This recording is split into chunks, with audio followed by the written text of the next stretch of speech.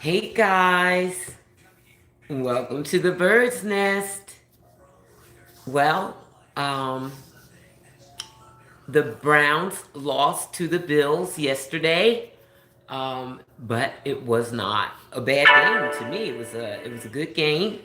But before I get into it, please like, comment, and subscribe for all your NFL recaps, news, and gossip. Uh, well, I don't think, excuse me, please forgive me for the frog that is always in my throat in the winter. And so it's like a combination of um, always a lingering winter cold and allergies. So I have to keep doing that. So I don't think anybody went into this game expecting the Browns to win. And not because the Browns are terrible, which they are, but on top of being terrible, their O line is injured. So,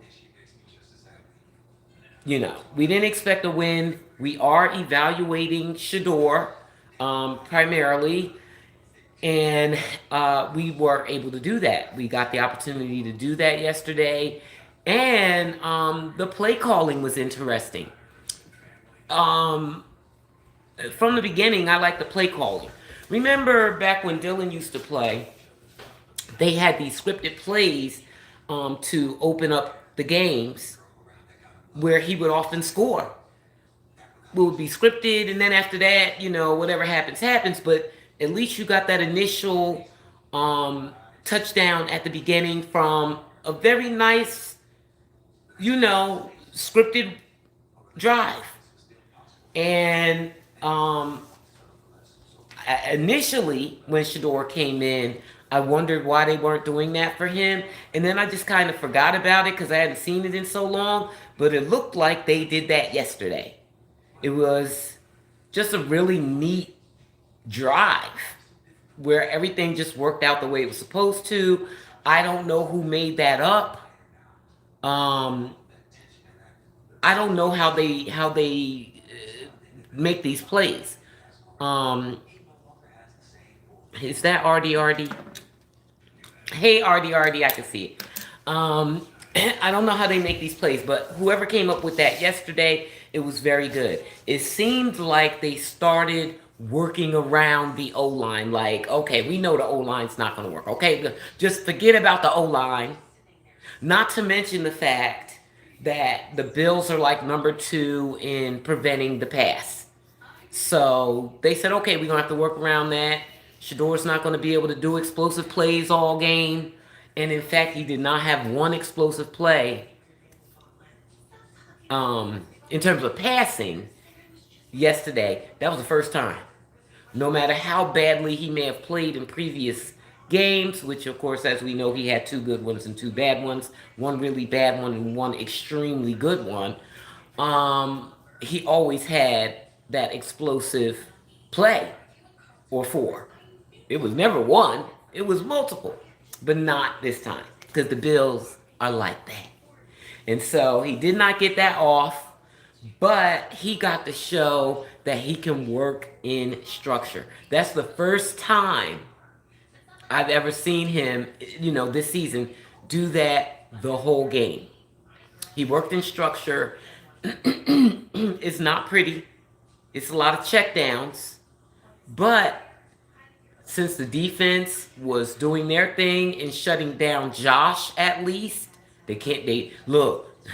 Defense don't know how to shut down that run game, but maybe it's that you got to shut down one or the other. I don't know because we ran too, and for the third week in a row, Shador led the game in rushing. He's doing it more and more, and I noticed in his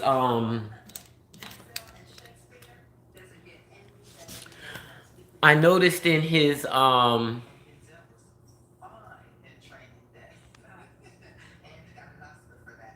excuse me guys, I'm just trying to, you know, what we have to do to deal with the spammers. Um is just delete their comments because these people will not let you block them.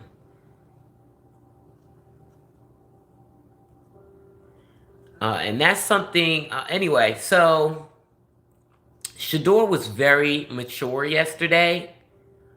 I was very proud of the game that he played. And the decisions that he made. Now, was he perfect? No. He's never going to be perfect, ever. Just like Josh wasn't yesterday. Josh was not perfect yesterday. They did enough to get the win. They got it by running, which you can do against the Browns defense. I don't know what their deal is there. Anyway, but Shedeur was running a lot. He's been working on that, and he's just been increasing more and more every week. Well, scrambling, he's just doing it more and more every week. He's finding other ways to take the team on his back, which is a trait of his. He wants to save the team.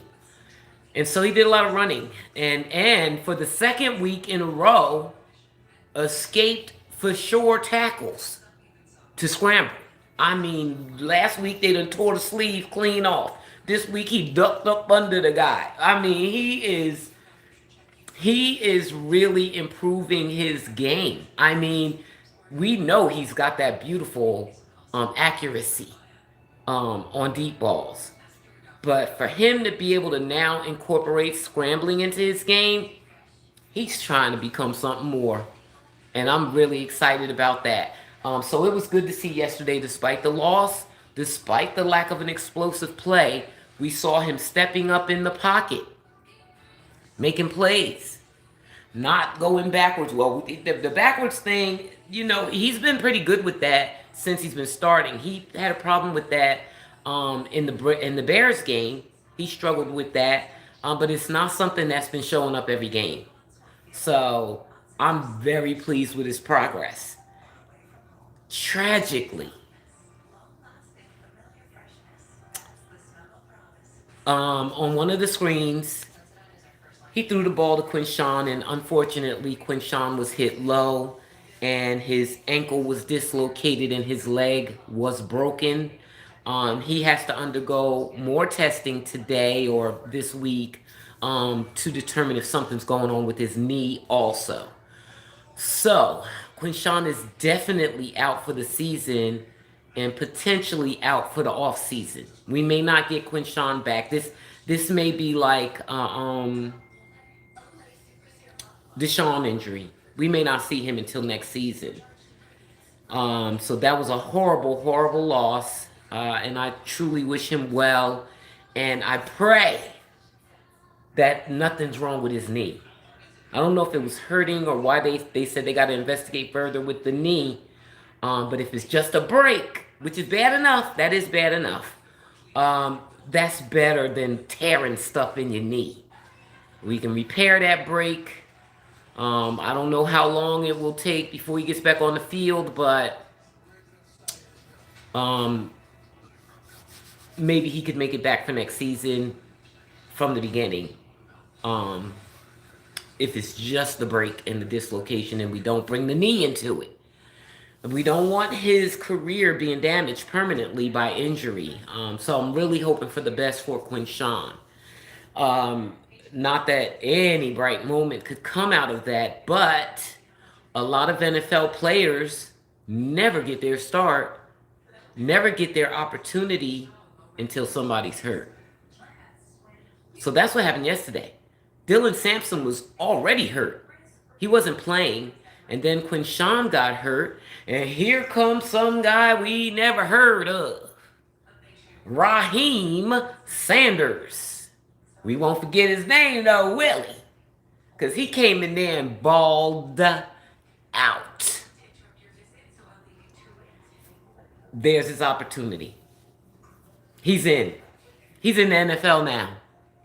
He was an undrafted free agent, so he's a rookie. He was, I can't remember. He was first signed to some other team, And I don't know how the Browns came about getting him or why they got him. But that is another Andrew Berry pick. Andrew Berry, that boy hit the ball out the park with this rookie class. So he got him from whoever that other team was. It might have been the Colts. I can't remember. But Raheem Sanders is here because Quinshawn is definitely done for the season. We don't know what's going on with Dylan Sampson. Hopefully he'll be back before the season is over, and then they'll be back to 2 quality running backs. Unless Raheem was just having some kind of anomaly of a game. We'll find out next week. We got two more weeks to grow on this thing, and I like the growth that I've seen in Shador because now they have coming up. And not just Shador on the play calling. I don't know who's behind it. You never know. Stefanski likes to take responsibility when it's not good, but it was good yesterday. The play calling, for the most part, there's going to be mistakes here and there, as with everybody on the field. Nobody's going to do everything perfectly. But it was pretty good yesterday. It's the best I've seen since Shador's been in there. And so I was impressed by that. I don't know who's responsible for it. Was it a collaboration? I don't know. But they prepared for the Bills well. And I can't say that Quinshawn being injured damaged us or caused us to lose because Raheem Sanders got out there and balled. Like, he was balling out. So,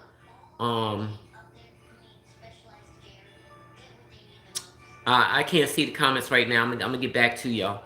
I'm looking forward to that. His development. Now, moving on. Do I need what else about the game? Miles got closer to the sack record. I think he got a half a sack. I didn't want Miles getting the sack in this game, the record in this game, because I want him dialed in. Because defense is kind of struggling a little bit over the past 4 games, although this was the better one out of the group. And so, even though defense has been struggling, at least we had Miles dialed in. And so that's why I didn't want him to break the record this week. Can we hold on to him one more week? Because I don't know if he's going to check out after he gets that record. But there's only 2 games left. So shout out to Miles. He did get I think a half sack or something. So he's just 1 sack behind breaking the record, I believe. So I'm excited about that. Anybody else? Anybody else do real good yesterday or real bad? No. Shador hurt his pinky. We don't know how he hurt it, and he doesn't know how he hurt it. He just looked up 1 minute and the thing was exploding. So who knows? He's a football player. It's no telling. I don't know what happened. We did have a good development. I said in the offseason, I don't know what the Browns are going to do. I truly cannot fathom what they're going to do. I could see them doing all kinds of things. I could see them drafting a quarterback and still starting Shador. Wasting a pick on a quarterback. I don't know. So that's what I was saying. I don't know, can't fathom a guess. But we did get one answer. We got one answer, and it's in our favor. Ian Rappaport, because he's the big guy. Him and it's one other one. Oof, can't remember his name. Ian Rappaport is the big guy. He's the guy that the owners go to with information that they want to disseminate. Just like he said Shador was going to play no matter what we kept hearing in the Cleveland media and what Kevin Stefanski was putting him out there, that he wanted to bench him. In addition to Jimmy Haslam saying it out of his own mouth, he also told Ian Rappaport he's playing. The plan was for him to play after he gets a week of development, week of reps. Um, anyway, and so he put that out through Ian Rappaport. That is like official information from the team. So on Saturday, I think it might have been Friday or Saturday, Ian Rappaport said that Andrew Berry is staying. You know, everybody was like, Andrew and Kevin need to get fired. And you know me, I wasn't hearing nothing about Andrew Berry getting fired, not only from this draft class, how he hit it out the park, but he rides for Shedeur severely. The things that he did this season to get Shedeur on the field, that's his guy. So I would hear nothing of Andrew Berry being fired. So he's confirmed. He's here. He ain't going nowhere. So that's at least one good thing. Our guy has a general manager who believes in him. Now we got to find him a coach. And sometimes I try to warm up to Kevin Stefanski because he's saying the right things in pressers now. And then they did this good game for Shedeur. Like, it's things like this that happen that make me half want to root for Kevin and Shedeur to stay together. But then I remember how he uses the media against Shedeur, and he hasn't stopped doing that yet. I'm going to watch again this week. Like, I'm trying to find a way for them to be together like Kevin's media friends. Not that they want them to be together. That's the point. That's the point. Last week, so I was trying to warm up to Kevin and think that him and Shedeur turned a corner. All that was ruined when multiple media members, including Mary Kay, were advocating for Kevin last week. I mean, between Monday and Saturday. They were advocating for Kevin to stay, and that's fine. Do that. But you know what? Every time they did it, they wrote off Shedeur. They say Kevin got to be there without Shedeur. And the fact that his media friends are saying that, and he's not stopping them from saying it, because that's all he got to do is say, don't say that part. The fact that they're still doing that means that Kevin has not warmed up to Shedeur yet, and therefore he got to go. Why do you keep fighting this thing? What is wrong with you? So if he wants to keep fighting again, I'm going to give him one more week. He got this week. Let me see how the media acts.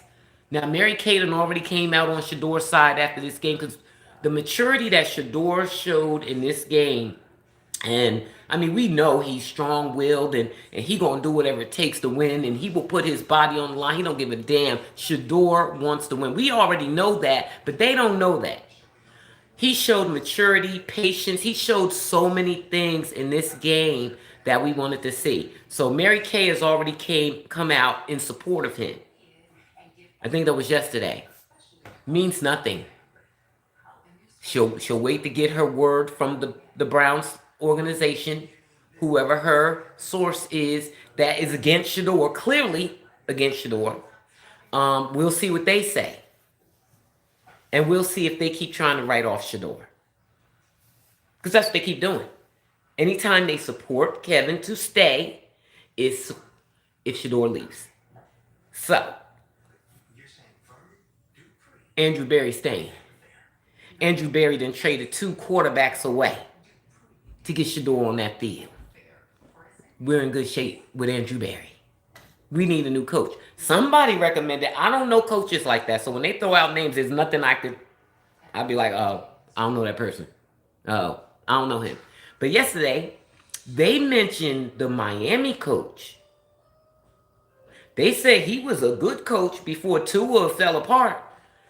It's not his fault. I don't know whose idea it was to give Tua that big fat contract last year when little old me knew that he had 1,000 concussions by then. Look, Y'all need to put that boy out the pasture and see if he can get some of his mind back. Not sign him to a big old contract after he done been concussed 50 times. So somebody said that coach was good before Tua fell apart. I'll take him. Is that true? I don't know. Let me read some comments. Ooh, my glasses are dirty. I haven't seen them in, well, I haven't used them in a few days. Oh, I need to pause this. Things are happening. Trying to get caught up on Beyond the Gate. You know, I did my, I finally looked at my Spotify Unwrapped yesterday. I am a serious music lover. Like, I feel like if I had been raised in the proper environment, I'd be like a very successful music producer by now, like Quincy Jones. That's what I think of my ear. I love music. I feel music in my soul. So I looked at my Wrapped, and I was very interested to see what it was. And don't you know, all of the music in my Wrapped was from January to April. It was nothing after that. January to April. You know what happened in April. The draft. I used to be a normal Shedeur fan. Just normal. Watching the games, rooting for him. Of course, knew he was my fave and said when he gets to the league, his team gonna be my team, all that. But just normal. Since that draft traumatized me, I've been watching every move they make towards Shedeur. I ain't even been listening to music like that. Well, plus, at the beginning of the year, Burna Boy and Chloe Bailey were dating, and I really like them. I love Afrobeats, so having Afrobeats artists with American artists, I was like, oh, that's so cool. And then they're musicians, and so they introduced me to a plethora of music. So, all the music on my Unwrapped is mostly Afrobeats. My number one song is a song by Sasha Keebold that Chloe introduced me to. Sasha is sort of like an underground British artist. She Tina Marie reincarnated. That girl got soul, okay? And she has a song called Why. And that was Chloe's song at the time. And I fell in love with that song to the point where I would fall asleep with it at night. But then after April draft happened, and I didn't really like listen to any kind of new music much, or any music much. Like, I even watch videos in the car now instead of playing my radio. I mean, not my radio, my Spotify. So it wasn't until Cardi's album came out, and it took me a long time to even listen to that whole album. And then Wale came out, and he's on repeat. Wale is my favorite rapper for sure. So just an observation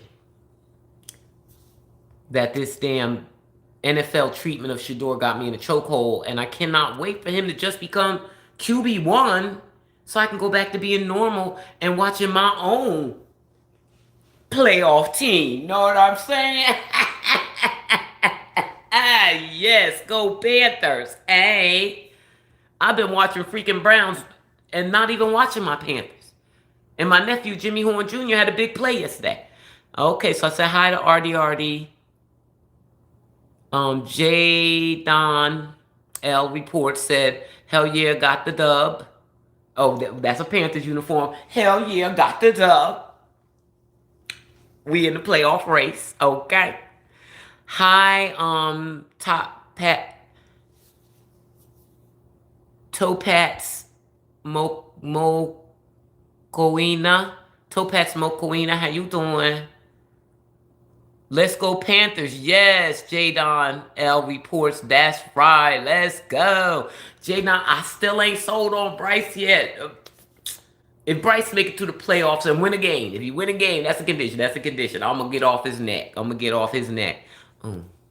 Hi, Isan. Fat Rat, how you doing? Yeah, bot for sure. Alicia Morgan. Great morning. Yes, I was so proud of the way he played. Yes, Alicia, so mature, so patient. Um, that was a good game for Shador yesterday. Like, I love his explosive plays, of course. And they'll be back. You just, you got to prepare for the team that's in front of you. And so he couldn't do it. But he made strides yesterday, y'all. I was so pleased. Praying for Q's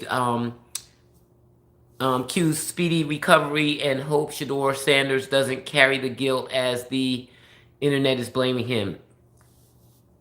Look, don't nobody care about what the internet say. That's what I've been taking a bit saying nowadays. Like, I ignore most haters 99% of the time. I ignore them, but when they say the reason a team isn't gonna, teams are not, bruh, the teams don't care about Twitter, bro. They don't care what you're talking about. You think your opinion is more important than it is. They don't care what you're talking about. So, who cares about the Shador already said he feels bad about it. He shouldn't. He didn't hit Quinshawn. He threw the ball to him like he was supposed to do. And Quinshawn got hit. Football players get injured every day. Not even just in games. They get injured in practice. They get season-ending injuries in practice. This is part of the game. They still love it. They still want to play. They know the risks. I love American Afro Girl from Russia. I love American Afro Girl from Russia. Hi, I can't read Russian, and your name is apparently in Russian. Are you Caribbean? It kind of looks like it could be Caribbean convict. I don't know. I'm just trying to... Why are they blaming 12 for another player injury? Unless they want to blame that Browns O-lineman for intentionally stepping on 12 hand. Oh, is that what happened to his hand? Intentionally, Artie, you think it was... Artie, why you think it's intentional?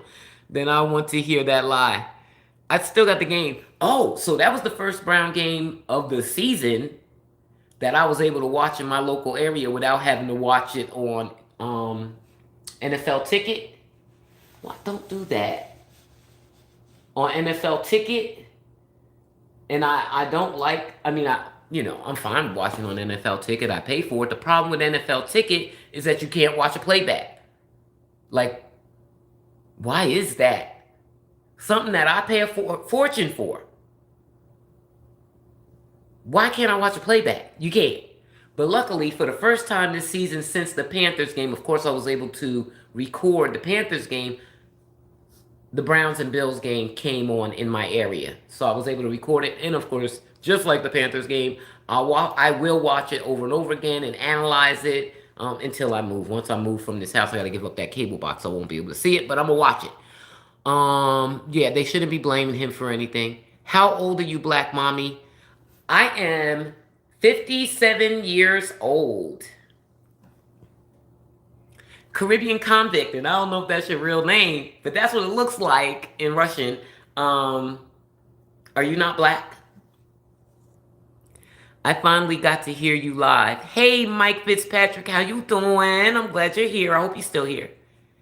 Oh, that's a bot from Russia? Is that a Russian bot? Well, at least they're nice and they're not typing a bunch of dumb stuff. I don't mind a nice bot. Hey, nice bot. Selma Johnson, morning. Hey, girl. We sure need a moderator for bots. Artie, are you volunteering to do that? We love American Afro Women's. Another babbling. Oh, my God. Here we go. We move. We know what happened. Watched it. They stepped on his pinky. Flower blue. Okay, so that's what happened to his pinky. It got stepped on. I know they showed like a close-up of his hand like near foot, but I didn't see the finger under it. Okay, so that's what it was. Okay. Video shows his teammate stepped on his hand. Oh. Hey, listen, we know that O-line is... They kind of special needs, okay? Look, I do want that... Well... I want Carnell Tate. I don't want any of the other wide receivers, and I definitely don't want Tyson. Anybody advocating for Tyson to come to this team as a high draft pick when he's been injured every season in college? No. No, we're not spending a high draft pick on that. I'll spend it on Carnell Tate. But other than that, I wouldn't even be mad if they didn't get any wide receivers. And they just got O-linemen. Because we don't know what the wide receivers can do. There are wide receivers on this team that we never even see. Just like we never seen Raheem Sanders. So we don't know what they have in their wide receiver room. Because unfortunately, Shedeur got to play with Jerry Jeudy because he's wide receiver 1. And Isaiah Bond appears to be wide receiver 2. And he is not doing what is required to be successful with Shedeur. Like, Shedeur is a person that's going to go above and beyond. His success comes from that. Always going above and beyond. And then in Colorado, his wide receivers were willing to go above and beyond with him. In Cleveland, the practice squad wide receivers were willing to go above and beyond with him. The starters have shown that they are unwilling. Wide receivers on one of the worst leagues in the league, unwilling to go above and beyond, and spreading that to their rookie wide receiver in Isaiah Bond. Harold Fannin was always there. Harold Fannin came from the beginning, and those rookies that came from the beginning have a bond. Shedeur been talking about them since day one.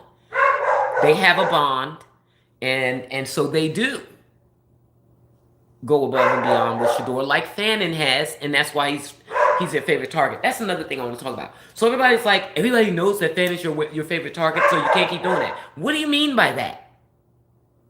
Most quarterbacks have a favorite target or two. They got one or two targets that they go to the vast majority of the time because they're good. And because they're good, ain't nobody shutting that down. So people thinking that Shedeur got to stop throwing to Harold Fannin, you are mistaken. Him and Harold Fannin have gone the extra mile together. They've worked after practice together. They have chemistry. That's what I need Isaiah to do. And I'll know that Shedeur's leadership skills have gotten to the level that they need to get to when that starts happening. Because if Isaiah ain't doing it, Shedeur, go get him. Be like, bro, you want more targets or what? What you want to do? You need to come out here and run some routes with me. What you want to do? So that's another step I want to see in his leadership, is to get those guys in line just like he did at Colorado. You don't have to just wait around for them to come, Neff. You can go yank them up like you used to do. You can do it here too. Because Isaiah needs guidance. Let's read comments. All right. Speak a little English. Okay. What is she talking about? Oh, okay. Now, if you don't understand me, I can't translate it because I don't speak Russian. Exactly, Mike. We know what happened. What Mike say? Video shows teammate stepped on his hand. I don't think that was intentional. Why would he do it intentionally? Why are they acting like Shedeur has no one to block for him and not many to throw to? Well, the O-line is bad, Saeed, but you're right. I think that they have performed. I mean, it's not perfect, of course, but it feels to me like they have performed better for Shedeur than they have throughout the rest of the season. But now they're all injured, and so having that hodgepodge of guys out there is difficult. And he does have people to throw to. Look, I keep advocating for Jamari Thrash. They won't let that boy play. I don't know what he did. But he earned the right to play sometime in the preseason. He showed something. He has a quarterback right now that can throw. Look, Kevin Stefanski got to go. That's it. He doesn't know how to evaluate talent, and apparently he doesn't know how to evaluate any position. It's not just quarterbacks.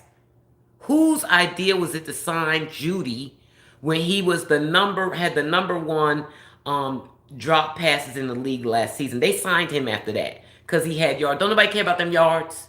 Don't nobody care about them yards. The boy drops the ball, and he been dropping it since before he got here.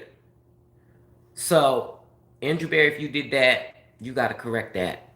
You got to correct that, bro. Jerry Jeudy is not wide receiver 1. He's wide receiver 3. After y'all calling Quinshon QJ, he go by Q, y'all. After Q, that's the same thing.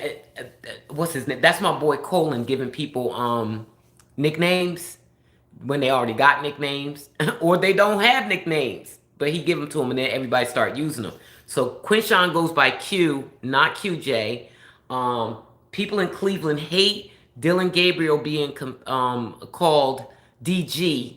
That comes from Colin too.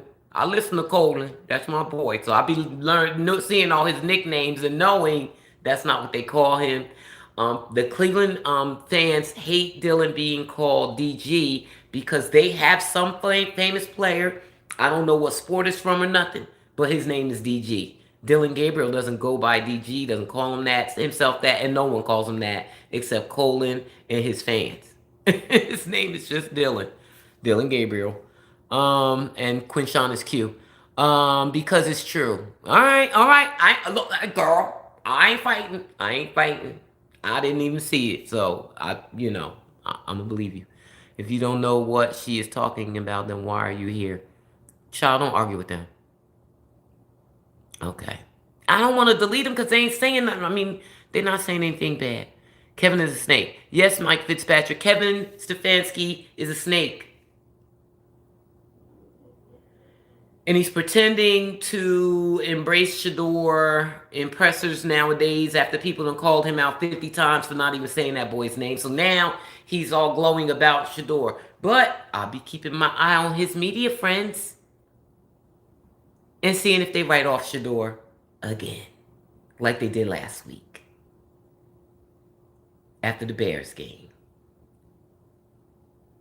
Kevin can have success with a winning quarterback. Screw you, Mary Kay. How about that? And that's why Shedeur had to get in a butt, and so did Miles. And I hope more of the team. Shedeur said they'd be talking about in the locker room.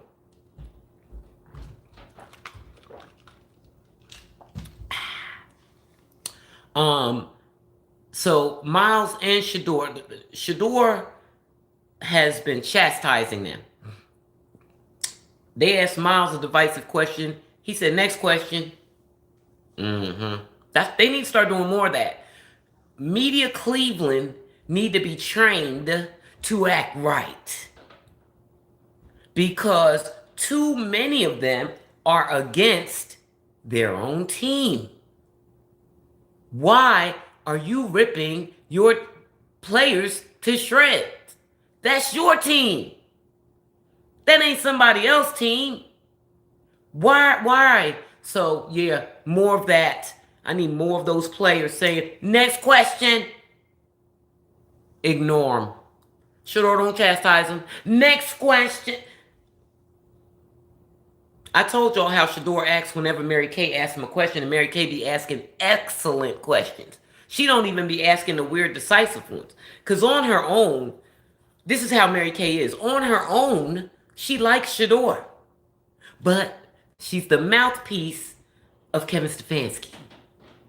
And so once she gets the word from him or his minions to say something against Shedeur, that's what she does. So she's flip-flopping, flip-flop, flip-flop, flip-flop, flippy-flop several times a week. So when she asks Shedeur her well-thought-out questions, he be giving her Jerry Jeudy answers. Stay consistent. Next. She don't get no smiles from him. He never laughs with her. He don't like her. And it's her fault. Because, honey, I know it's probably a privilege to be the mouthpiece of the coach. I guess you like that. But, okay, so now you're taking his side against a quarterback that is clearly Andrew Berry's guy. Andrew Berry been moving mountains for this guy. You chose the wrong side, Mary Kay. Even though I could tell she likes Shedeur, because when she ain't being fed nothing, she has good things to say about him. Just like last night. By today, depending on what Kevin tell her to say, she'll say something totally different. Kevin is a snake. Yes, he is. Oh, there we go. The troll and started troll. See, y'all, don't talk to them. Look, G. Bush tried to don't talk to them people. Ignore them. See, I like to investigate. I investigate everything. You know, I keep my ear to the street. So when I see a hater hating, the first thing I do is check and see if they're even a Browns fan. Why are you here? And don't you know that they rarely are? I do not block Browns fans who don't know Shedeur yet. As long as they're not cursing at him, calling him names, I'll block them. But everybody else, and they account for 90% of the haters, are not Browns fans. They're trolls. They want your reaction. I don't react to them. Block. That's my reaction. Hello, beautiful. Hey, Jimmy Cleveland. Yes, Shedeur's balling. You know, no, he ain't what he gonna be next season, but his progress is, I'm proud of him. All right, no, can't. Keep doing you, Shedeur. Damn right, he better stay the same. I don't want no change out of him. Because that dog that's in him, that's what makes him the player he is. No, we can't be humble, guy. I'm sorry. We ain't humble. And we ain't going to be humble. Dylan Gabriel can be humble for you, okay? Oh, okay, Mike, I will. Mike Fitzpatrick. So Mike Fitzpatrick, everybody, he has a Christmas song. Google it. Check him out. What's the name of it, Mike? Let me see something. Hey, Spotify. I mean, hey, Google. Okay, it won't work while I'm on live. I would have played it, Mike. Z-Fan. Hey, Z-Fan, how you doing? Chivin, same here. I wonder what that means. Chivin, do you have a Christmas song out? What do you think about Coach Prime? Ooh.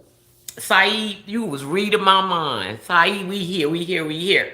So, now I don't know if I was going to talk about what you was wanted me to talk about, but Coach Prime came to the game yesterday, so I knew Shedeur was going to have a good game. Y'all, Coach Prime and Shedeur love each other severely. Okay? And I knew that Coach Prime being there was going to elevate his game. I knew it. And it did. No, he didn't get to throw his deep passes because the Bills don't play that. The Bills defense don't play that, and they serious about that. But he got to get away from him, though. Okay, you won't let me pass. Let me get around you, bruh. So I believe that Coach Prime's presence brings out the best in Shedeur. People are starting to talk about Coach Prime potentially becoming the head coach of the Cleveland Browns. And I was thinking, is Coach Prime qualified for that? Because, like, I was like, well, he can't be an offensive coordinator because he played defense, but he also played offense. He played both. And then I was like, well, was he ever an offensive coordinator? No, he was never an offensive coordinator. He's been a head coach his whole coaching career.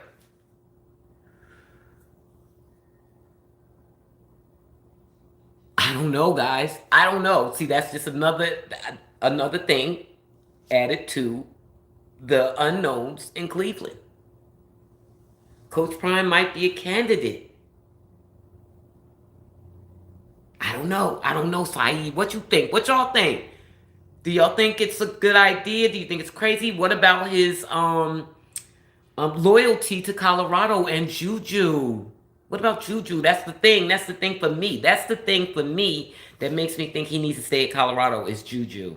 Juju needs to get at least a season under Coach Prime, because the thing about Coach Prime being at Colorado is that he brings exposure to those guys. So if you ball out at Colorado with all those cameras on you, you can get deals. If you don't ball out, you ain't getting no deal. Juju didn't get the ball out last season, and as a result, Omarion didn't get the ball out last season, and now he done left. So if Coach Prime leaves after Juju committed to him, and then there's that new player that's coming in that had he got the whole video as a little baby Pee-wee player calling himself Prime Time. He done committed to Coach Prime. I need Coach Prime to stay at Colorado, y'all. One season. But I think I like him in Cleveland too. It just depends on who they get as a coach. I'm so torn on that. I'm torn. Oh, but he was at the game with his boo thing. Carucci. And everybody, you know, they like to age shame them because there's a 20-year age gap difference. But Carucci is a grown woman. She's almost 40. She can make her own decisions about dating a fine, rich, successful, older man. If I was 37, 38, I'd be happy to date a good man like Coach Prime. I don't know how good he is with commitment. He's sort of like a serial monogamist. But you're going to have some good times with him. Enjoy the good times. Like Coi Leray and Justin LeBoy. Coi Leray and Justin LeBoy in their honeymoon stage is so fun to watch. So I'm enjoying Coach Prime and Carucci. And shoot, they be on the honeymoon stage. She done nursed him through cancer. They's an old married couple now. The same thing happened to me. Since the draft, I have watched the Browns every day. Artie is crazy, girl. And I be meeting people in person at games that say the same thing. Or they wasn't even football fans until Coach Prime either went to Jackson or went to Colorado, and now you a die-hard football fan. That's what happened to me. Coach Prime and Shedeur did that. That's the other element of Shedeur. He's already a good enough player. Okay? He's already that. But he's a cash cow.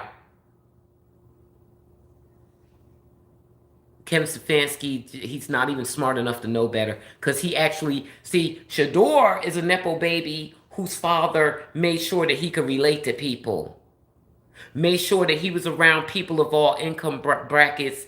And for sure, was around black people.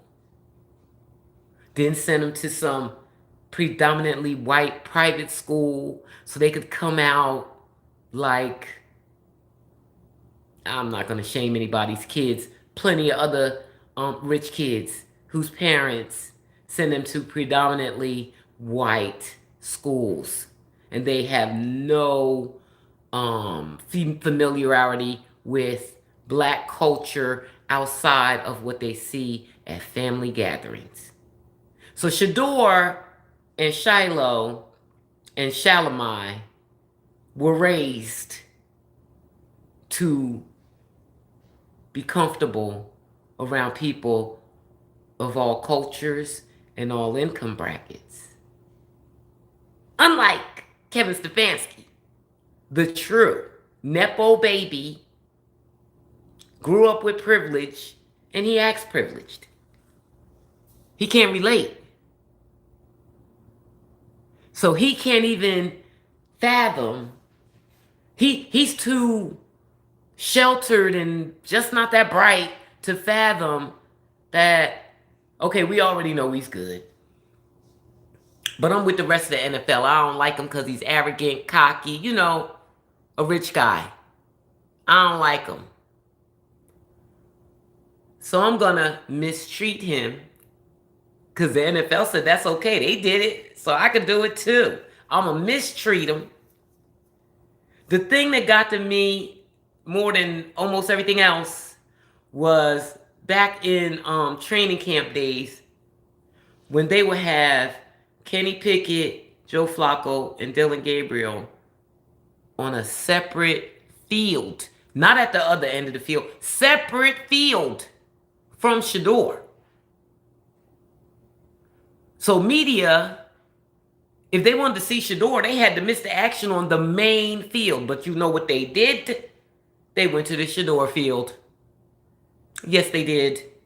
And Kevin Stefanski just could never get it through his thick skull. This boy is the goose that lays the golden eggs. I need to hitch my wagon to him. No. Bye, Kevin. Bye. If or when Shedeur leaves Cleveland, only Cleveland people will be watching. Oh, of course. Saeed, come on, bro. Of course, that's who was watching them before. Don't nobody give a damn about the Cleveland Browns. Now, maybe if they start winning, because the fact of the matter is, Andrew Berry did hit the jackpot in that last draft. Oh, he hit the jackpot. His rookie class is crazy. Even the undrafted free agent. So we done seen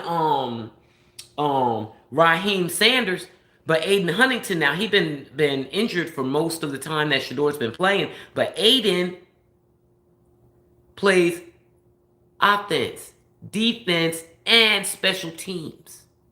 He is him. Undrafted free agent. Look, Andrew Berry hit the jackpot. So they got a nice foundation. Next season, he got to address that wide receiver. Just one. They don't need two. They need a tall one. That's what they need. They need them a tall wide receiver. But they got to address that O-line. So in 2 years, it is possible that the Browns could finally turn around with or without Shedeur.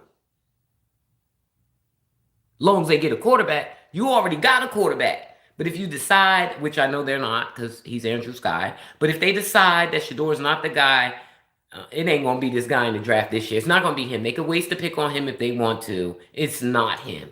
It might be Arch. Because Arch's starting to come into his own. I had started watching Arch this year. He wasn't there yet. I ain't going to just sit there and watch you suck. But he's starting to come into his own. I will be watching Arch next year. So I got 3 teams I got to watch. Unless Omarion goes to Texas. I got to watch 3 teams. Colorado, wherever Omarion goes, and Arch. Hey, love your platform, and I love Shedeur. Hey, Lasheen Tyler, thank you. I appreciate you, girl. And yes, we love Shedeur, honey. Everybody loves Shedeur. I don't have to feel like a weirdo because of my love of Shedeur, because so many people love him just like me. I love it. He's so lovable, y'all. And you know what? I'm going to work on it. My New Year's resolution is to see Shedeur as an adult. Because every time I look at him, he's like 10. I told you I talk baby talk. He heard his boo-boo. I want to get I hope Lord gets this boo-boo. I'm going to learn how to treat Shedeur like an adult, y'all. I promise.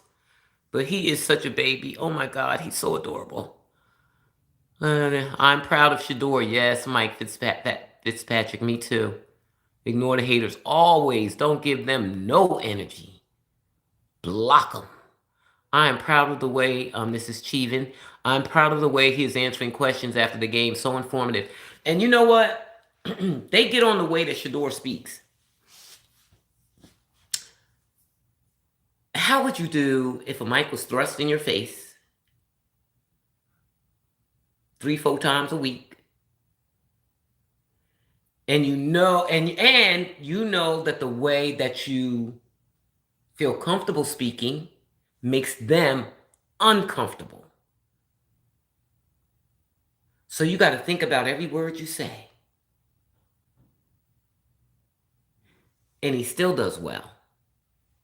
When you compare him to other people with that mic in their face, he still does well despite the fact that he has to consider every word he says because his natural inclination is to be dominant, domineering. That's how Shedeur is, domineering. He haven't come into that yet. They ain't seen that yet. It is coming because that's his personality. He is domineering. He is arrogant. He's cocky, and you will see it. But for now, he gotta control it, and he knows that. It comes out sometimes, especially if he balls out, it comes out. But most of the time, he's holding it back. So then they criticizing the way he talk. Look, he's doing the best he can, trying to think of every word to say the right thing. Okay? You gonna see it. If you want to see how he really talks, watch Well Off Media. Watch him with his family. You can see how he talks, okay? Go to hell. How about that? Is a pro with the media. Yes, he is. I'm still here. Love your channel. Thanks. Okay, thanks. Thanks, Mike. I am going to listen to your song. I hate that I can't play it because I'm using my ding-dang phone. I will have to pause. Let's see. Okay. I got to keep up with my, it's the holidays and everybody off. But I'm here, so I have to keep up and see if anything comes through. And something already came through first thing in the morning. Absolutely, I'm moderator on several channels.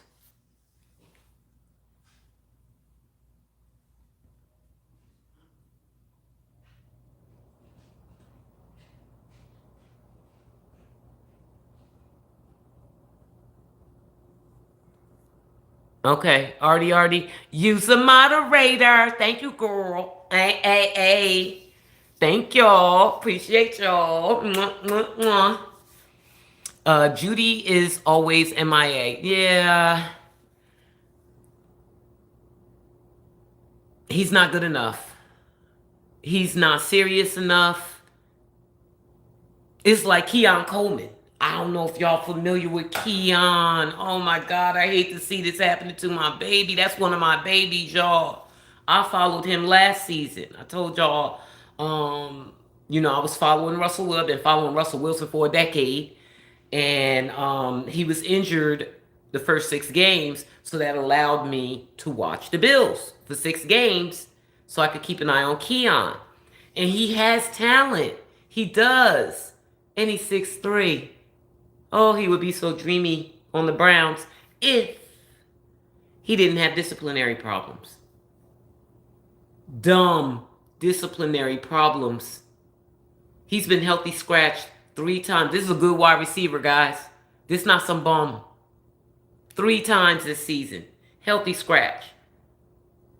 Now, I have not heard. Might be something different. I ain't heard nothing different. The only thing I heard, it happened last season, and it's happening this season, is that Keon keeps being late.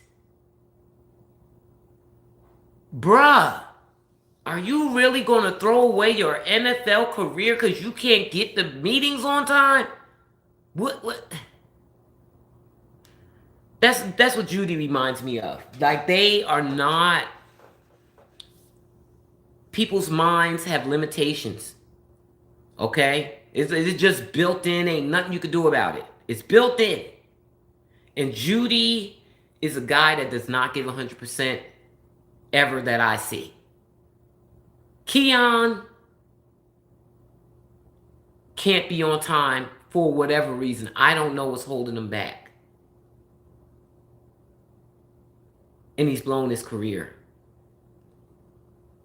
That's another one I'll be looking at in the offseason. What are the Bills going to do with him? Clearly, they don't want him. They done with him. I don't know why they haven't cut him. Maybe they're afraid to cut him because he actually is good. He is good, but he's got problems. I don't know if he has an agent and what their problem is, but anyway. Judy is the same thing. Judy doesn't put in extra work with Shedeur. Correct. None of those first string guys do. So they just as guilty as Kevin as far as I'm concerned. They knew those hungry dog sessions were going on. And instead of joining, they probably was like, oh, it's beneath me. I'm first string. Okay. Okay, buddy, for now. You first string for now. Kevin is not coaching the team well. Kevin's playbook is scary.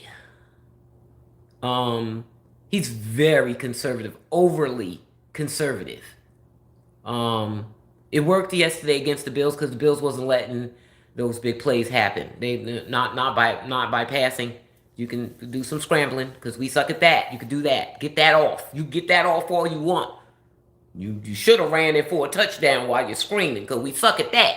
But you ain't throwing that ball no 50 damn yards like you like to do. So it worked yesterday, but normally what we saw yesterday from them is what Kevin would like to do all the time. That's why he liked Dylan. Did you feel like they should have this Black Barbie? Hey, Black Barbie, One Eyes. Did you feel like they should have ran the ball more in the second half, especially on the fourth and yeah, right. On the fourth and two. Yeah. Because Raheem Sanders proved to be at a minimum in the zone. He was hot. But these are the things that Stefanski, well, I can't even say Stefanski, Tommy Rees couldn't see, or sometimes I'll be thinking he don't even want to win. I don't know what's going on with them. I can't call it. They could have tried. I gotta watch the game again, though. I gotta watch because if they weren't throwing. But they had some throws. Shador was running. Samson was running. I'm sorry, Sanders. That's going to be fun, guys, for the next 2 weeks. Sanders to Sanders. Sanders to Sanders. Okay. Afro Being, how you doing? Kevin Stefanski cannot adjust, play well, especially Q4. Yeah. And I thought, like, I didn't know about the Bills' pass defense. I didn't know about it. So I was expecting Shador to go off in the fourth quarter. I'm like, oh, okay. They got him subdued, playing in structure all game. He's displaying that. Good. Fourth quarter, he about the ball. He go, they're going to be losing by so much it ain't even going to matter. He going to get the ball, but they weren't losing by much. So he couldn't be making risky plays, and they wasn't giving him a chance. So, shout out to them. Much respect to the Bills, who I already respected, because like I said, I was watching them last season, and I was thoroughly impressed. Hey, Michelle Thames, how you doing? Sweet PF, Shador number 12. 1-2 legendary. Oh, guys, so, oh, Lord. Cleveland media popping up on my thing. I gotta avoid them. You can only watch them when they win. I'm not gonna watch y'all tear down my nephew. I was looking at, there's a wife on the Patriots, and she had on this sweater with her husband's number on it, which is number 4. I don't know who he is. I forgot. I'm not a Patriots fan. And she had on like a jersey sweater. It was a sweater made to look like a jersey. So my daughter crochets, and so I was like, can you make me the sweater for Shador? So she's making me a Shador sweater. And so I have to sew on my own numbers. I done found the numbers. She would do it for me, but I'm going to do it. I found the numbers on Amazon, and I was like, do I put 12 or do I put 2? I could do it. I could put 12. I could put 12 for now. Because he's 12 now, and then I could just take it off and just put the 2 in the middle. So that's what I'm gonna do. Cause I do believe when Shador comes back as QB1 over the summer, heading into the next season, QB1, he gonna get his 2 back. Cause his 2 is currently being worn by a player that's like a practice squad player. That was done intentionally. Practice squad players don't get 1-digit numbers, but they let that occur before Shador picked his number. And so he's getting that back next season. And no, he ain't paying 1 red cent for it because that's not what the Sanders did. They don't waste money.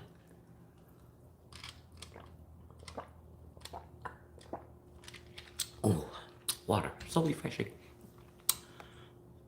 I don't tease Dylan, even though I don't know what to think about him, but right, the competitor.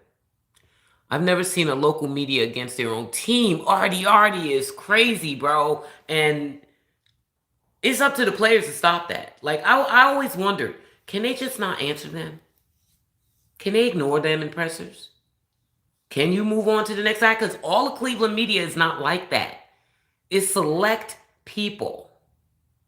Of course, it's Mary Kay, Tony Grossi,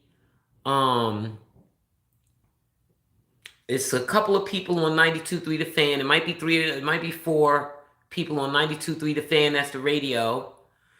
Then you got Jason Lloyd, who is on local media and writes for The Athletic, a leg of the New York Daily News or the New York Post.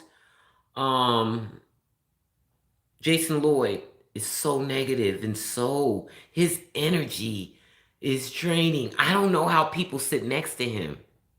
He is so negative. That's the only thing I wonder what gives him joy in life. Jason Lloyd. Y'all know I don't like him. He is evil. He's like the most evil. Tony Grossi, I don't know what his deal is. He's an honorary old man. I don't know what his deal is. But Jason, there's like pure evil in him. And just negativity just emanates from his pores like alcohol. Ugh. Anyway. Yeah, Cleveland media is something else. And this team, ooh, Quinshawn, I need you to come back because he is so bought into Shador's message to change the culture. He parrots what Shador says so much. And he's a leader on that team. I need him back. But stay vocal, nephew. Let me reach out to Quinshawn and tell him, keep talking while you convalesce. I hope God tells Coach Prime to coach Shador if he stays with the Browns. All right, Saeed. I'm not against it. I just want, can Juju get 1 season of Coach Prime? How about I don't know. I am torn on that thing. I know that Shador needs his father. He's in love with that man. Did y'all see that Thanksgiving episode of Shiloh's? Shador, knowing his mama don't like his daddy. Knowing she don't like his daddy, he gonna come out there in a full-fledged Coach Prime t-shirt. So he got on the Coach Prime t-shirt and Pilar tried to punch him in the t-shirt. Shador said, no.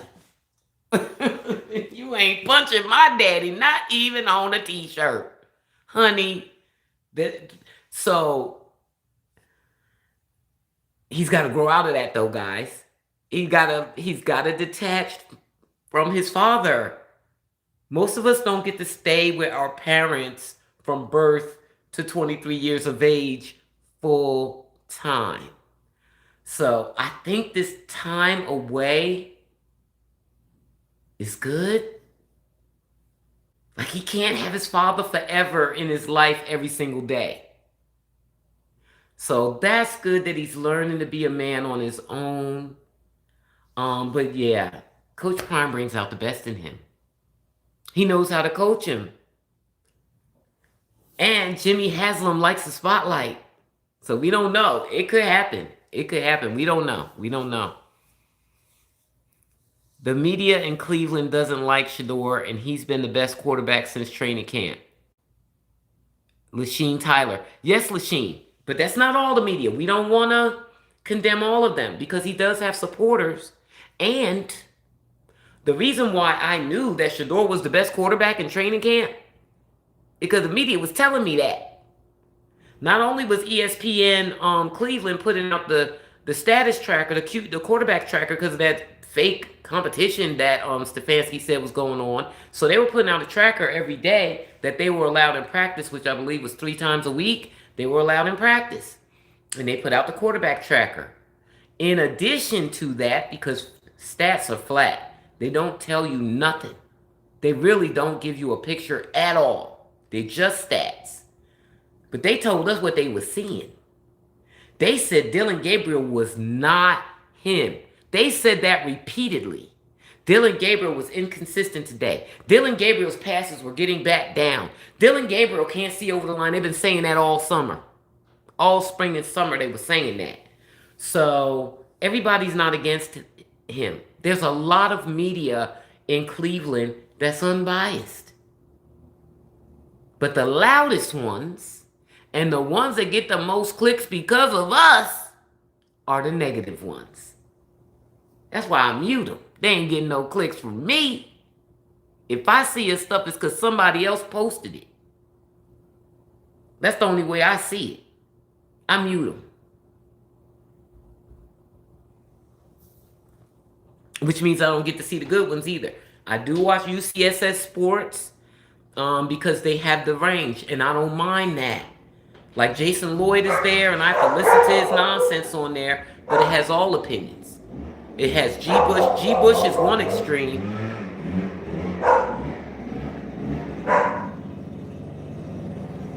Landscaper, I think. G. Bush is one extreme. He's a Branch Shadorian.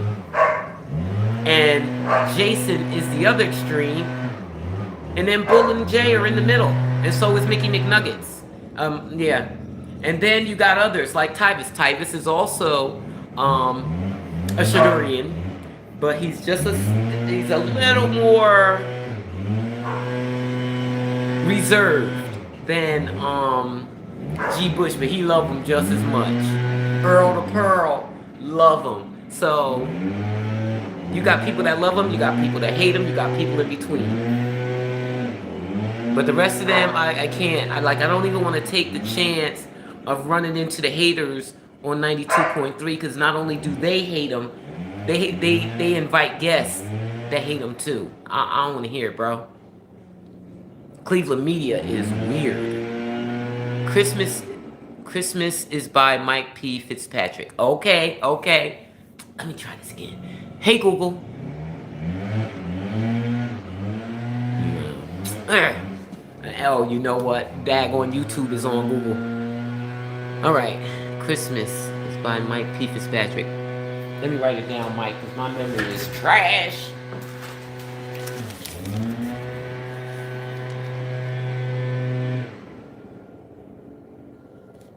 By Mike P. Now, Mike, do you sing or do you play an instrument? Mike P. Fitzpatrick.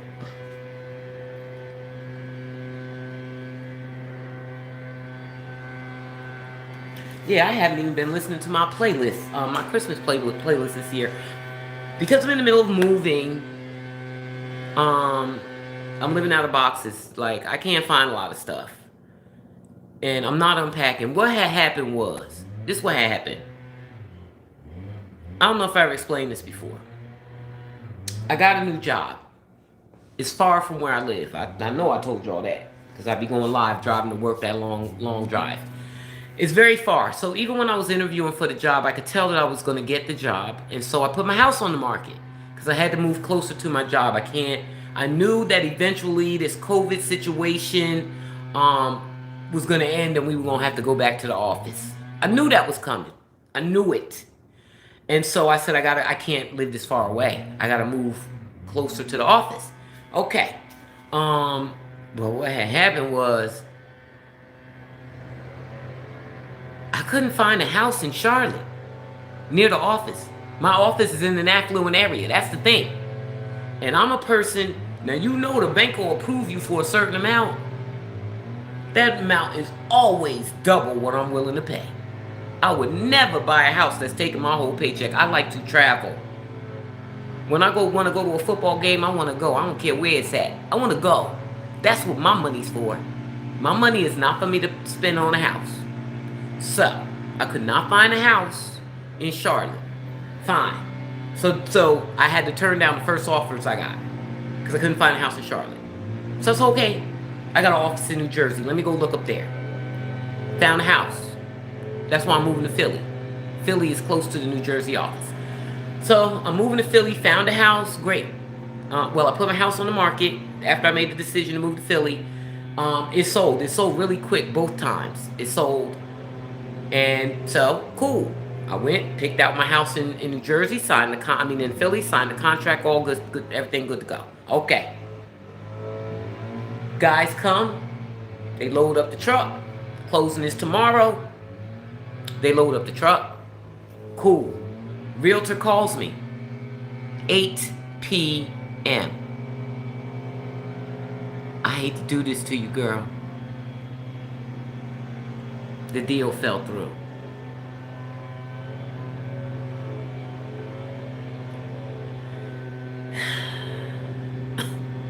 The deal fell through because the new buyer could not get insurance because the roof was old. So I had to pay those guys to unload the truck. That's why boxes all around my house. The best I could do, because now I'm in a deep depression. It was already depressing making that commute to work. Knowing that we were going to have to come into the office 5 days a week. I go to the office 2 days a week now, and I still have to fill up my gas tank every week because of how long my commute is. It's going to be more than double that, going in the office 5 days a week. So, I've been depressed. So, boxes are all over the place. I can't even make them neat. Some of them are open because we have to live out of them. But we got the roof done. We got the roof done. And I put the house back on the market, I don't know, a week ago. Well, the last 2 times I put it on the market, I had 10, 20 people come look at the house by this time. No one has come this time. That's because it's winter time, so I'm not sweating it. The realtor's sweating it because she loaned me the money to get the roof done. But I'm like, I ain't sweating it. It's Christmas time. Look, I'm hating that I gotta move in the winter time, and I'm sure other people hate it too. So I'm not sweating that. But after Christmas, the day after Christmas, I'm gonna go to Michael's and get me all these decorations. I make the house look like a winter wonderland outside, and we gonna lure them in, and I'm gonna sell this house, and I'm gonna get the hell up out of here, and then I can break this depression. I gotta get out of here, y'all.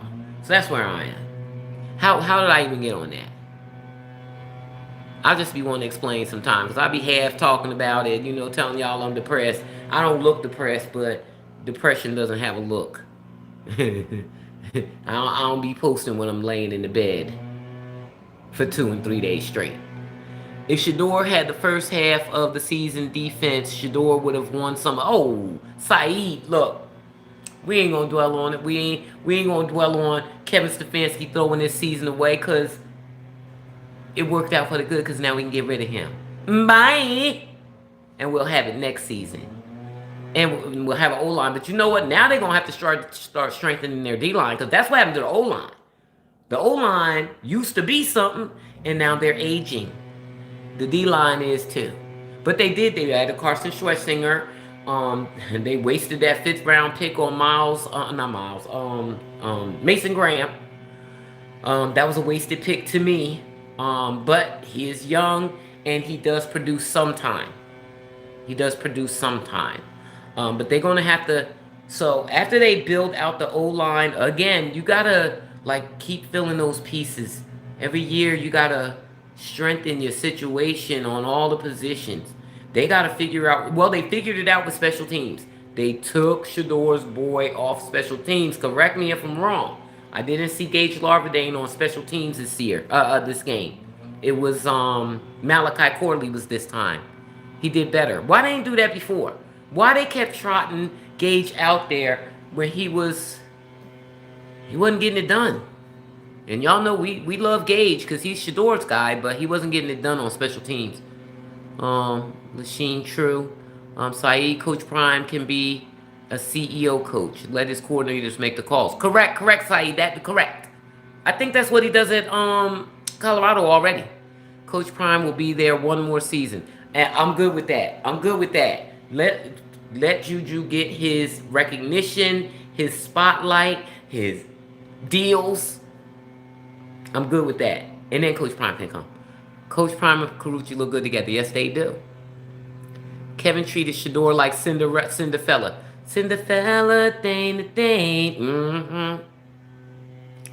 More people locked in with the Browns than the Super Bowl champs. You think so? I don't know. I don't watch other teams. I don't even watch my own team. I do have the game recorded from yesterday. And I want to watch it because Jimmy had a good play, and I want to see if he had more. The Hungry Dogs players look good on the field. You got Malachi Corley as a hungry dog. What's his name got taken off the Hungry Dogs too early, I think. Gage. Gage got put up to the 53-man roster. But he might have went and still worked with the Hungry Dogs. Wasn't nothing forbidding them from working with the Hungry Dogs. Yeah, Shador put in that work with those Hungry Dogs, honey. I guess that would include Raheem Sanders, huh? Isn't that something? Shador is not treated like your average rookie. No, he is not. He's treated worse in some ways and better in others. He is the face of the Cleveland Browns, and he's been that since he was the backup quarterback, since he was QB4. He was QB4 on NFL social media frequently. Hello from Pittsburgh North Side. Hey, Robert Plummer, how you doing? Go Steelers. I used to want Shador to go to the Steelers, and I still wish he could have Mike Tomlin. Can we steal Mike Tomlin from y'all? Can we have him? But now that we got Andrew Berry, I want Shador to stay. I always wanted him to stay, but the way they were treating him made me wish he was with the Steelers. But now we got Andrew Berry, and I think Kevin Stefanski is gone. It will definitely be a good thing, a God thing. Just like it's a God thing for Shador to be in Cleveland. To be in Cleveland. Where God guides, he will equip you.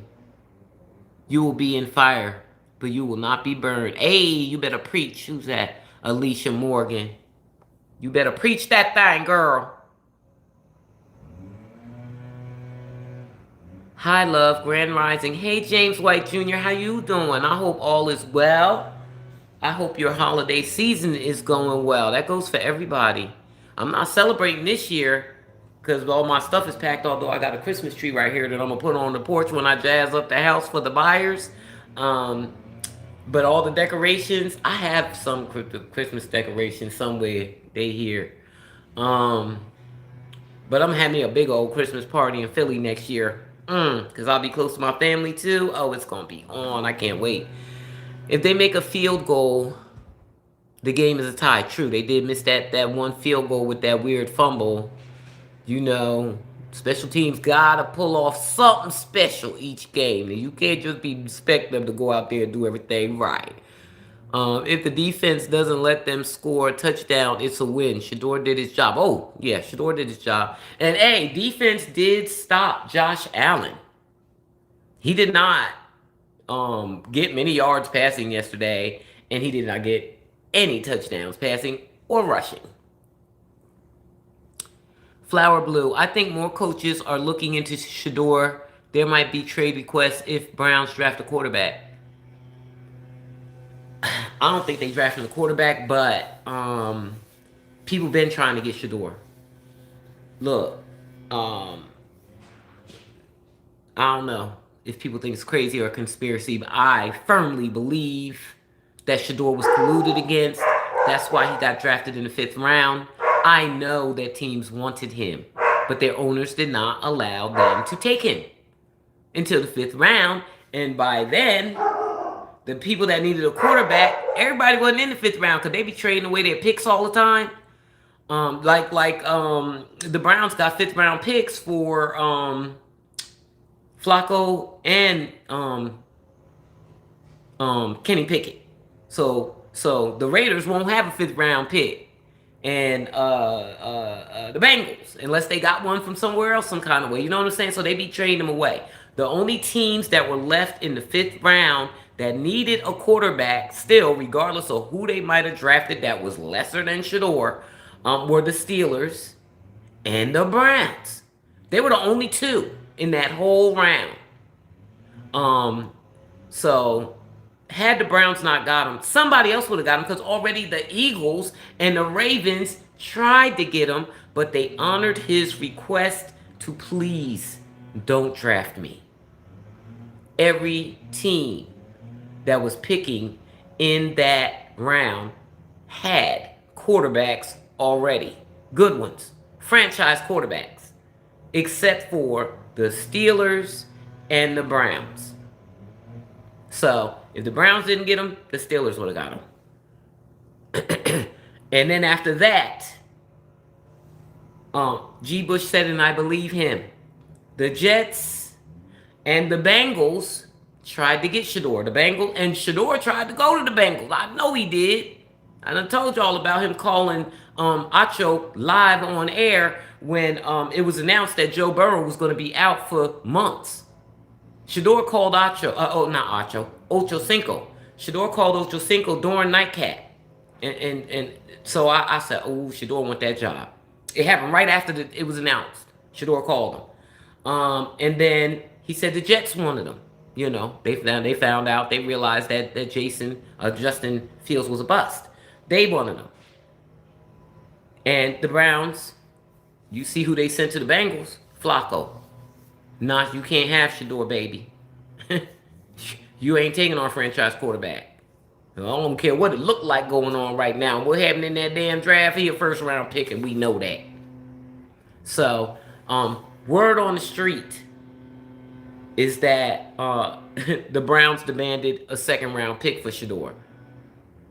To me, the Jets should have paid it. Not the Bengals, but the Jets should have, but I'm so glad they didn't. Because I like him on the Browns.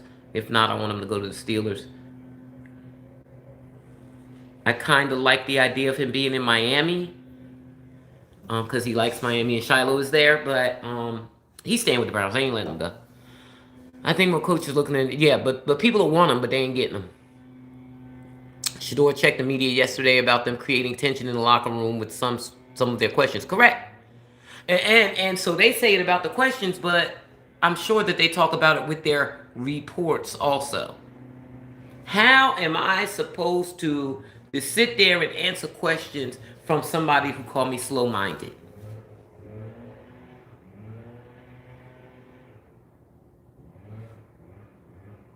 How am I supposed to sit there and answer questions from somebody who doesn't even want me to be the quarterback?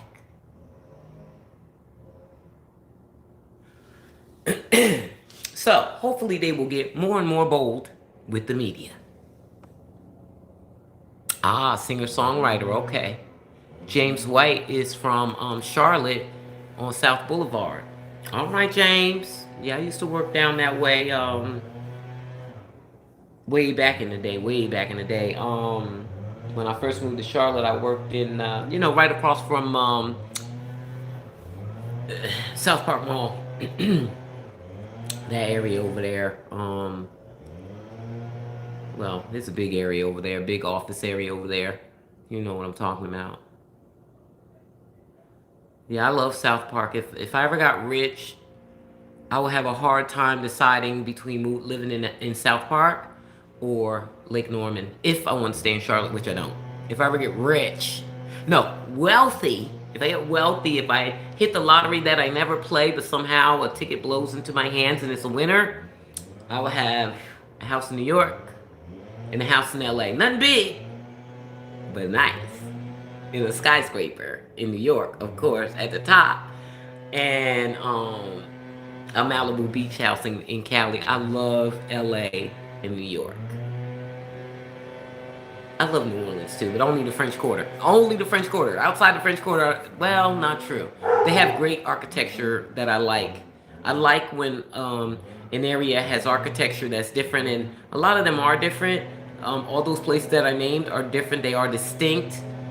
California has distinct architecture that's not attractive. It's the weather, and the people, and the beach, and the vibe in LA. That's that. The architecture is not hitting at all. But New Orleans got that old architecture. that I love.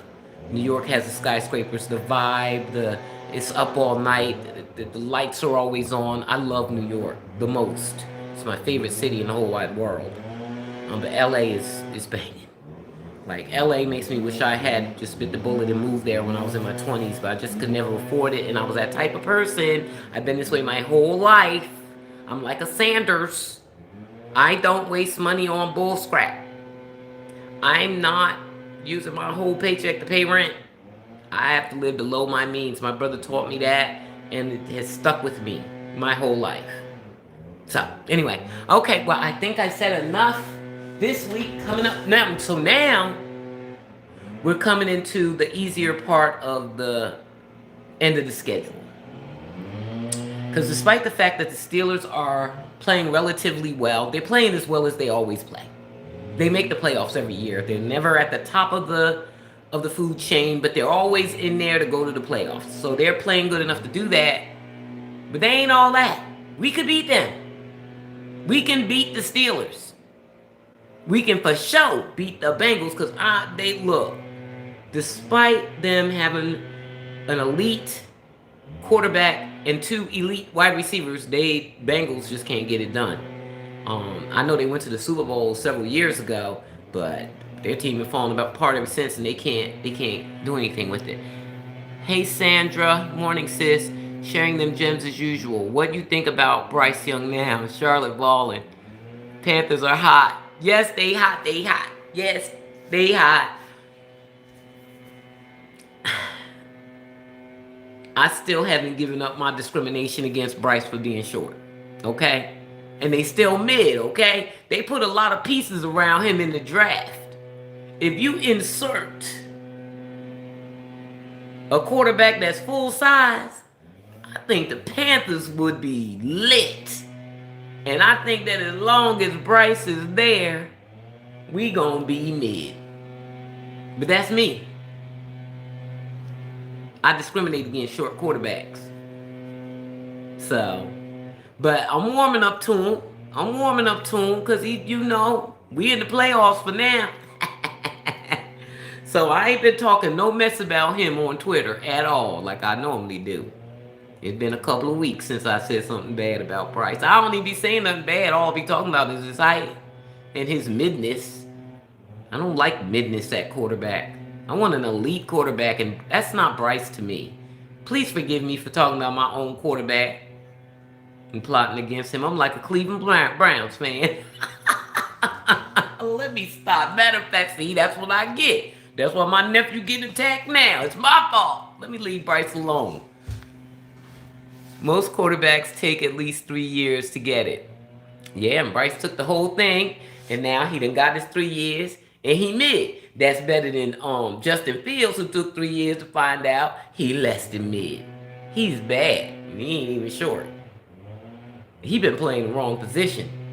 And I hate that for him, that he's likely going to get kicked out the league. Could he be a backup? Can Justin Fields be a backup quarterback? I actually agree about short quarterbacks. They rarely, if ever, work out. Right. Russell Wilson worked out, but quite frankly, see, people don't know like me, because I've been watching him for 10 years. Russ wasn't good that long. His elite time was pretty short. He just been overstaying his welcome severely. Now, it's getting to the point where, like, Russ might be a backup for the rest of his career if he continues to keep forcing the issue. I don't think anybody's gonna. I could be wrong. I'm probably wrong. Somebody probably will give Russ a starting job again. Maybe the team that Stefanski goes to, because Russ is more his speed. Maybe Kevin Stefanski will get him as QB1. That's better than Kenny Pickett. Better than Joe Flacco. Because Joe Flacco is good for about 4 games and then he's done.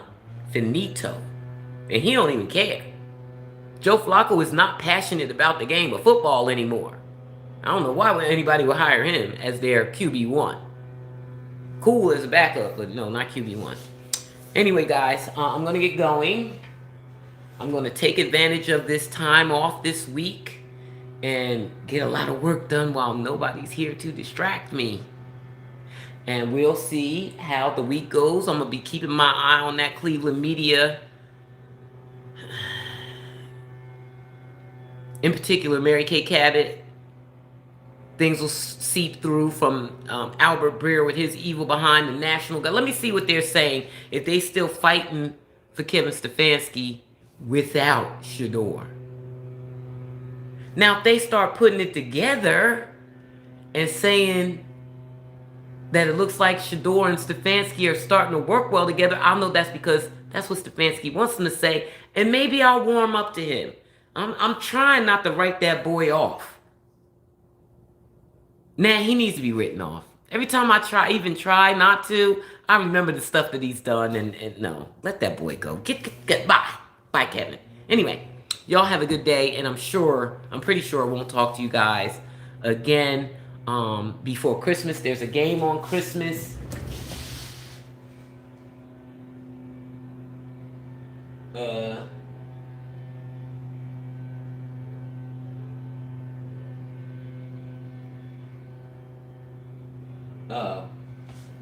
Christmas is Thursday.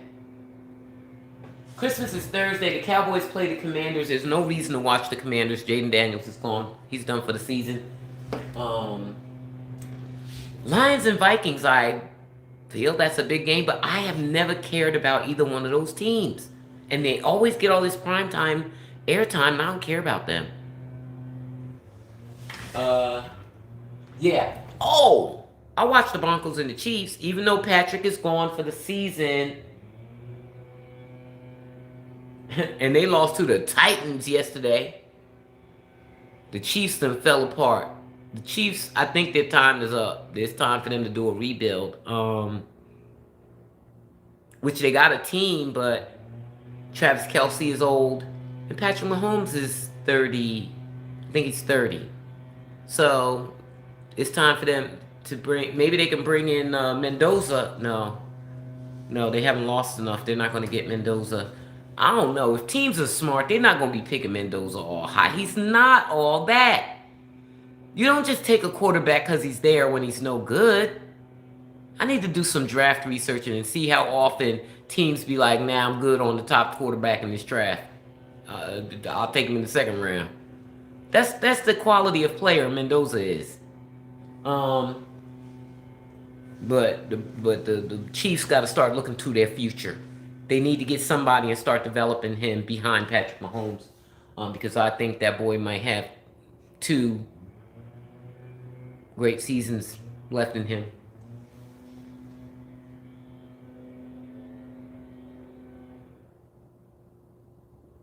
Does anybody know why they had Saturday games this week and they got Saturday games next week? Is that normal? I know there was a week with Saturday game, a Saturday game, at least one last year. I remember saying, "Oh, a Saturday game," but they got multiple Saturday games this year.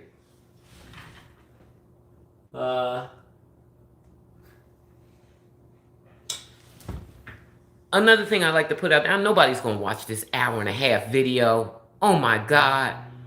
Damn, I gotta learn how to break them up. Because I want to know how y'all feel about the Patriots getting that easy schedule this year. People said they got it because they were a very low-ranking team last year. Well, they weren't lower ranking than the Browns. And remember, we started out with that gauntlet of 6 games? How you get an easy schedule like the Patriots had? Can we get that next year? No, I don't even want that. You don't build anything with a schedule like that. You don't. How do you get better? Iron sharpens iron. So let's see how they do in the playoffs. And that'll tell the true story of where the Patriots are, because they've been playing every scrub in the league this season. Anyway, that's it. Thanks for watching, guys. I'll see y'all next week after the Browns play the Steelers. And for this one, I want to win. I wasn't expecting to win this week or last week. I didn't know what was going to happen last week, and I didn't expect to win this week. I want to win next week. And I want to win the Bengals. I want Neff to be the most winning quarterback this season. Right now, every quarterback has only won 1 game. I need Neff to get 2 and preferably 3. So that's that. Y'all, please don't forget to like it. Give your girl a like. And if you don't subscribe already, please subscribe. Once I move to Philly and get my woman cave set up, it's going to be on and popping, and I'm going to get this thing. It's going to be more professional, okay? All right, y'all. Thanks for watching. Y'all have a good one. Mwah. Yes, Merry Christmas, Selma.